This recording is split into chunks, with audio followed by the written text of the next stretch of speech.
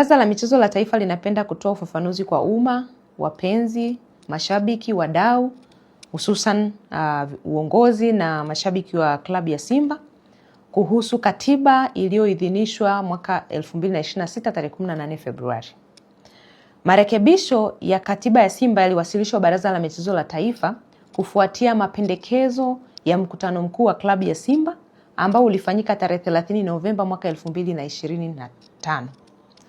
Kwa mujibu wa taratibu, mara baada ya mkutano mkuu kumaliza mkutano wake na kuweka mapendekezo yake kuhusu swala la katiba, yanapaswa kupata idhini ya msajili, ambaye msajili wa vyama na vilabu vya michezo aliyoko chini ya Baraza la Michezo la Taifa ana jukumu la msingi la kuchambua na kupitia ili kuona kama haya mapendekezo ya wadau au ya klabu yamekidhi na kuendana na matakwa ya sheria, kanuni na miongozo iliyowekwa na serikali ambayo ina govern sekta hiyo ya michezo. Baada ya uchambuzi wa kisheria, Baraza la Michezo la Taifa kupitia kwa msajili wa vyama na vilabu vya michezo aliridhia na kuidhinisha katiba ya klabu ya Simba ambayo ndani yake pamoja na mambo mengine mengi inahusisha masuala ya mfumo wa uendeshaji wa klabu katika muundo wa kisasa ambao pia unahusisha uuzwaji wa hisa pamoja na masuala ya kuuza hisa kwa wawekezaji. Kwa msingi huo, serikali inapenda kufafanua kwamba ilikamilisha jukumu lake la msingi la kupitia na kuidhinisha katiba ya Simba ambayo ilikuwa imekidhi matakwa ya wadau, lakini pia imezingatia matakwa ya sheria yaliyowekwa ambayo yanaongoza vilabu hivyo pamoja na sekta ya michezo kwa ujumla wake. Kuanzia hapo, wajibu wa kutekeleza katiba na kukamilisha mabadiliko yaliyopitishwa na wanachama wa klabu ni wa uongozi wa Simba Club yenyewe. Utekelezaji wa maamuzi yaliyomo katika katiba hiyo haupaswi kufanywa na serikali kwa niaba ya klabu, kwa kuwa ni maamuzi yaliyofanywa na wanachama kupitia mkutano mkuu na umeidhinishwa kwa mujibu wa sheria kwamba umekidhi na kuakisi vigezo vyote vya kisheria, kanuni na taratibu ambavyo vimewekwa na serikali. Hata hivyo, serikali inafahamu kwamba kwa kuwa hili ni jambo jipya linaanza kwa mara ya kwanza, inawezekana katika swala zima la utekelezaji wake kukawa kuna kutokuwa na uelewa au kukawa kuna mkwamo ambao labda unatokana na kutokuwa na namna bora ya kuupeleka.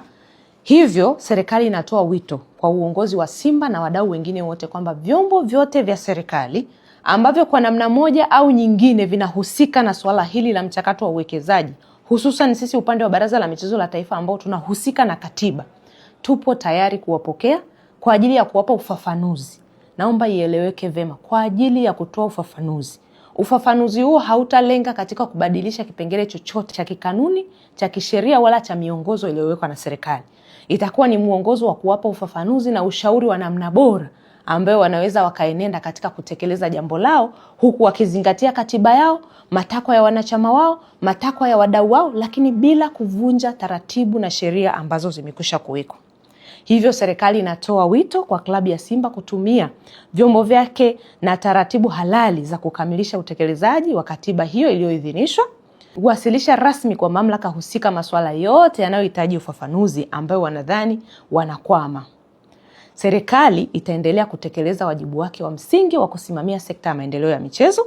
na kuendelea kushawishi na kutengeneza mazingira wezeshi kwa wadau wetu wa michezo wakiwemo vyama pamoja na vilabu vya michezo kuendelea kufanya shughuli zao katika muktadha ambao una attract maendeleo, upo kisasa, una attract wawekezaji, lakini bila kuleta vurugu za aina zozote. Wito wetu, tunatoa wito na rai kwamba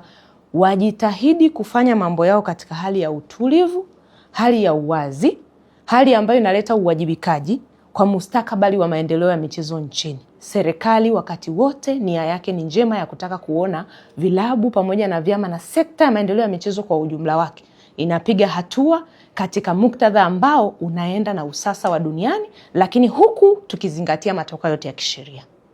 Asanteni sana kwa kunisikiliza.